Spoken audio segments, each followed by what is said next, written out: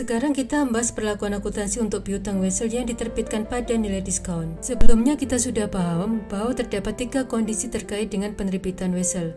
Kita sudah pelajari di video sebelumnya terkait dengan wesel diterbitkan pada nilai nominalnya, di mana ini menggambarkan bahwa bunga wesel nilainya sama dengan bunga pasar.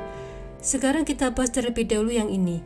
Wesel diterbitkan pada nilai diskon, di mana bunga wesel lebih rendah daripada bunga pasar. Kita bahas contoh ini. Perusahaan bernama Morgan Group meminjamkan uang kemari sebesar 10.000 euro dalam bentuk wesel dengan jangka waktu 3 tahun. Di sini disebutkan bunga adalah 10%, bunga pasar wesel sebesar 12%.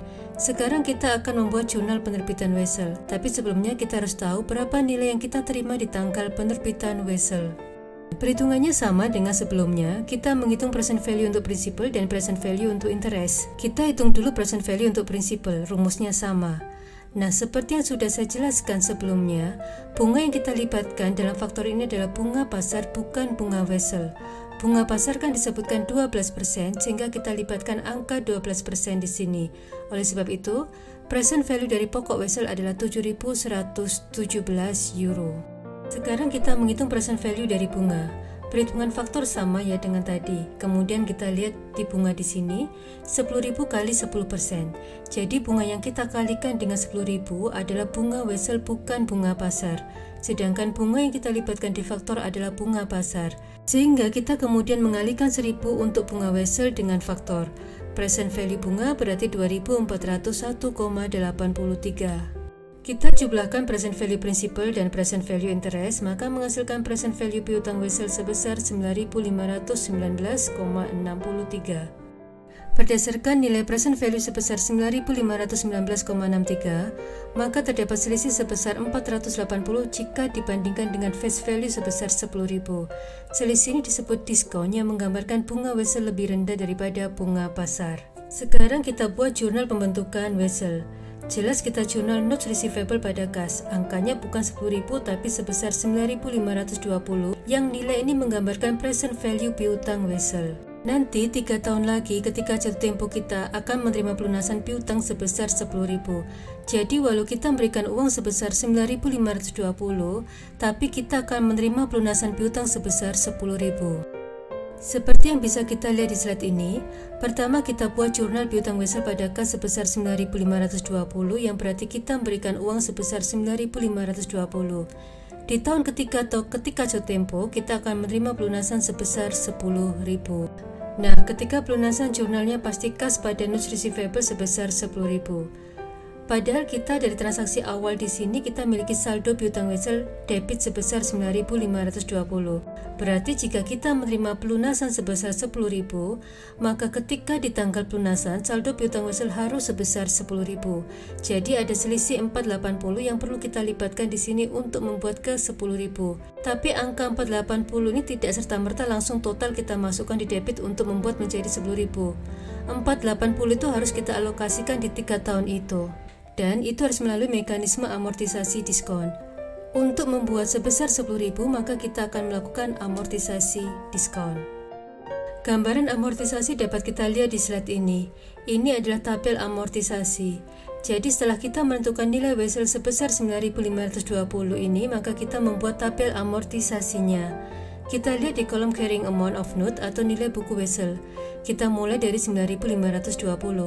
Kita lihat di sini pada akhir tahun ketiga atau ketika jatuh tempo, nilai wesel kembali ke 10.000. Selisihnya sebesar 480 diamortisasikan di 3 tahun ini.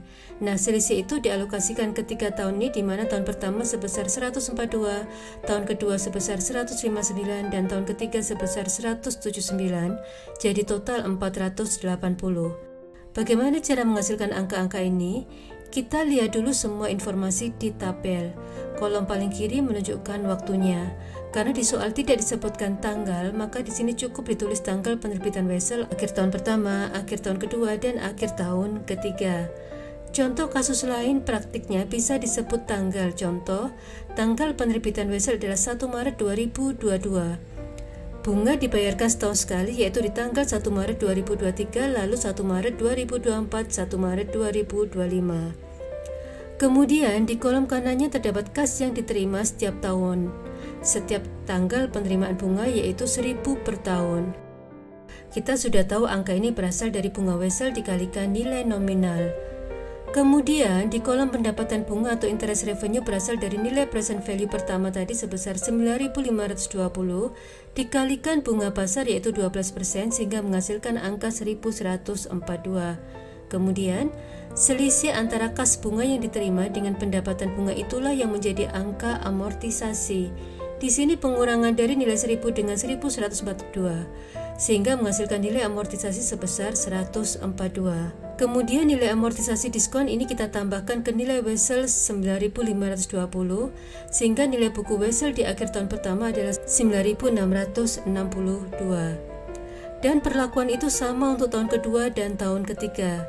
Jadi dari sini kita paham bahwa selisih 480 diamortisasi dalam 3 tahun di angka 142, 159 dan 179.